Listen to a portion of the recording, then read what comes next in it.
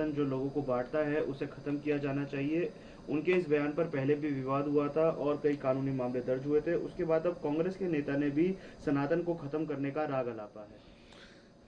Congress, DMK, Samajwadi party, Trinamool Congress, इनकी एक ही पहचान, करो सनातन हिंदू का अपमान। First, Udhayanidhi Stalin, few years ago he had said Sanatan should be eliminated. Supreme Court called it hate speech. Congress never opposed it. Yesterday also he has repeated same statement in assembly. Joseph Vijay has not opposed this. And Congress in fact came out and supported it. Congress MLA said Modi is out, this means Sanatan is out. So this Sanatan Hindu hatred, it is not Sahyog, it is Socha Samjha vote bank ka prayog. Give Hindu gali for vote bank ki tali. This has become their pranali.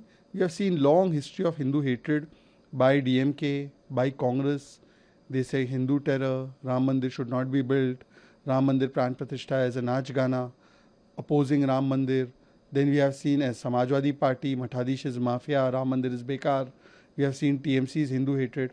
And despite these people being punished by the people for Hindu hatred, they are not improving. So people of India will definitely teach these Sanatan Virodhis, Hindu Virodhis a lesson. देखिए, हिंदू सनातन का अपमान यही बन चुकी है Congress, Samajwadi party, DMK, Trinamool Congress की पहचान। इनको जनता ने अभी सबक सिखाया, फिर भी ये सुधरे नहीं हैं। स्टैलिन जी चुनाव हार गए, फिर भी उदयनिधि स्टैलिन जिन्होंने 3 वर्ष पहले भी ऐसा बयान दिया था, वो सुप्रीम कोर्ट ने हेट स्पीच बोला था, कांग्रेस ने उस समय समर्थन दिया था, आज वो फिर से वो बयान रिपीट कर रहे हैं। और जोसेफ विजय ने इस पर कोई कार्रवाई नहीं की, ना कांग्रेस पार्टी ने विरोध किया, कांग्रेस ने तो उल्टा आकर समर्थन कर दिया, क्योंकि हिंदू को दो गाली मिलेगी वोट बैंक की ताली, ये इनकी प्रणाली। भाई, हिंदू विरोध का सबसे ज़्यादा अगर प्रमाण किसी ने दिया है तो कांग्रेस है। हिंदू टेरर से लेकर राम मंदिर बेकार है, राम मंदिर प्राण प्रतिष्ठा नाच गाना है, राम मंदिर का विरोध करना, फिर समाजवादी पार्टी का कहना कि मठाधीश माफिया होते हैं, टीएमसी का तो हिंदू विरोध हमने देखा ही है। तो ये सभी लोग जो है ये हिंदू विरोधी मानसिकता से ग्रसित है। वोट बैंक के चक्कर में जनता इनको सबक सिखाएगी। Congress leaders expect clarity soon. Reshuffle versus CM change is being seen in Karnataka. Congress leaders said on Tuesday that they expect the party's top brass to decide on Chief Minister Siddaramaia's continuation after the leadership imbroglio in Kerala is settled. You see, INC का मतलब बन चुका है I need confusion. Kerala में 9 दिन हो गए no CM, और अब कर्नाटका में भी हम देख रहे हैं कि कन्फ्यूजन की स्थिति चरम पर है। पिछले 2.5-3 वर्षों से वहाँ पे डीके शिव कुमार वर्सेस सिद्धरमैया ही चलता आ रहा है। अब सीनियर लोग भी आकर कह रहे हैं कि ये कन्फ्यूजन की स्थिति को ख़त्म करना होगा हाईकमांड को।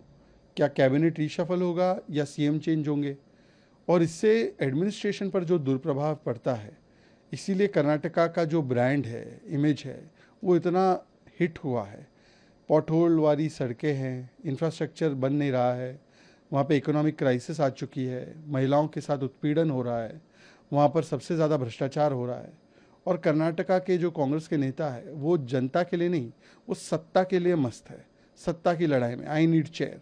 तो ये जो केरलम में हो रहा है, या जो हिमाचल में हुआ है, या जो पंजाब राजस्थान में कांग्रेस ने किया है, छत्तीसगढ़ में किया है, वही चीज़ कर्नाटका में चल रही है।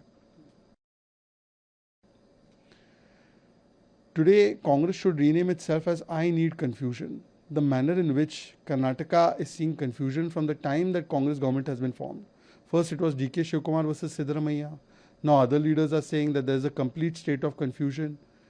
Whether it is in Kerala, 9 days no CM, whether it's in Himachal, Pratibha ji versus Sukhu ji, whether it is in Chhattisgarh or in Punjab or Rajasthan, where Congress used to have governments, everywhere they have been only fighting for the chair.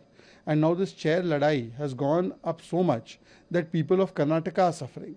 They are paying highest taxes, but they have the worst infrastructure. They are not getting security for women. Law and order is gone for a complete toss. Corruption is at a all-time high. So people are saying that Congress party only cares about chair. They don't care about people, and this is evident in Karnataka. जीत के 9 दिन बाद भी केरल के नए मुख्यमंत्री का नाम तय नहीं हो पाया है। राहुल गांधी ने दिल्ली में वरिष्ठ नेताओं से चर्चा की और फैसला आने की संभावना भी आज लग रही है। देखिए, मैं तो आज बाइनोकुलर लेकर आया हूँ कि कहीं पर तो केरला कांग्रेस का सीएम का कोई दावेदार दिख जाए, पर दिखाई ही नहीं दे रहा। 9 दिन हो गए हैं नतीजों को, 9 दिन, 9 डेज, पर कांग्रेस पार्टी कंप्लीट कंफ्यूजन वाली स्थिति में है। अब पश्चिम बंगाल में देखिए, भारतीय जनता पार्टी की सरकार बन गई, सीएम कौन है वो समझ में आ गया।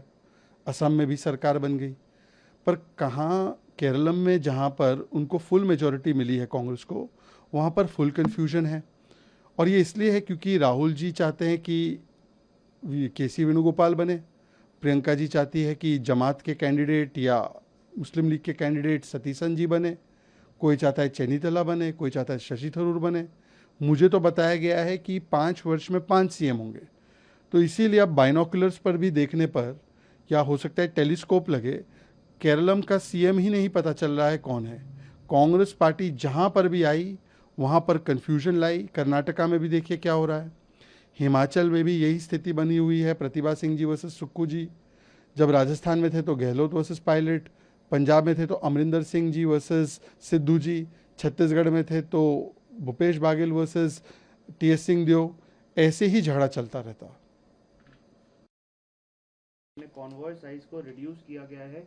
ये प्रधानमंत्री की अपील के बाद किया गया जब उन्होंने देश से पेट्रोल और डीजल बचाने की मांग की है और साथ ही फॉरेक्स बचाने की भी उन्होंने मांग की है देशवासियों से। See, prime minister always leads by example. Bharatiya Janata Party chief ministers always lead by the example. When Prime Minister has made a very precautionary appeal that we are in the midst of uncertain times, 75 days we have managed well. We have lot of reserves of crude oil, no shortage of petrol diesel in 1 lakh petrol pumps, no increase in petrol diesel prices, in fact cut off about 10 rupees in excise duty, no rise of prices in domestic LPG cylinders, no shortage of any kind. But as a precaution, he has suggested 7-8 measures that should be taken, that we should go for Swadeshi, we should travel domestically rather than go abroad, we should buy only essential gold and non-essential gold can be postponed for some time. We should use our petrol, diesel sparingly and in a very conservative manner. We should do carpooling or work from home. So rather than accept this kind of advice, which is for the benefit of the nation, Congress and the other parties, they are opposing even this thing in national interest. So whenever any call is made for national interest, Congress in Modi Virod does Desh Virod. We saw what they did in AI Summit. When there was COVID situation, that time they have opposed the vaccines made by India. They tried to create the panic, because from panic they create profit. They want to create fakery. They want to say things which are not true. They want to create a panic and then they want to profiteer from it, either through hoarding or either through political means. We have seen this in the past also. And today, with what face Congress is saying anything?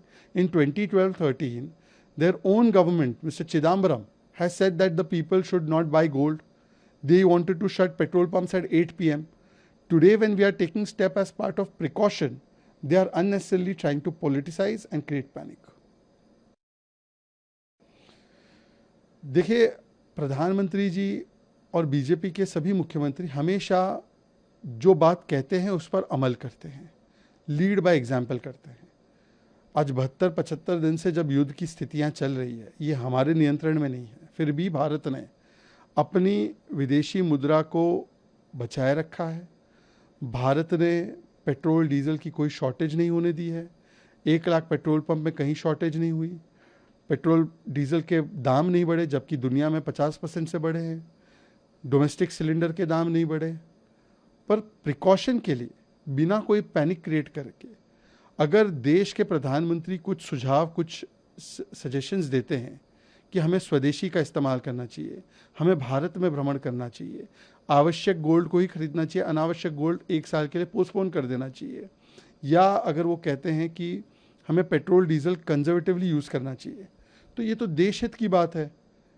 इसमें भी Congress party राजनीति करने पर उतर आई और उस पर भी राष्ट्रनीति नहीं, राजनीति को ऊपर रखती है।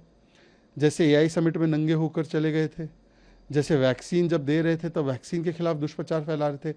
ये पैनिक क्रिएट करना चाहते हैं ताकि प्रॉफिट कमा सके, होर्डिंग कर सके। तो कांग्रेस को ऐसी चीज़ें नहीं करनी चाहिए। और कांग्रेस किस मुंह से बोल रही है? उनका तो 2013 में सजेशन था कि 8 बजे पेट्रोल पंप बंद कर दो। तब चिदम्बरम जी बोलते थे गोल्ड मत खरीदो, तो तब वो अपील करते थे, तब वो चमत्कार था, और आज अगर प्रिकॉशनरी अपील की जाए तो वो गुनहगार हो गए। ये कांग्रेस का दोहरा रवैया है।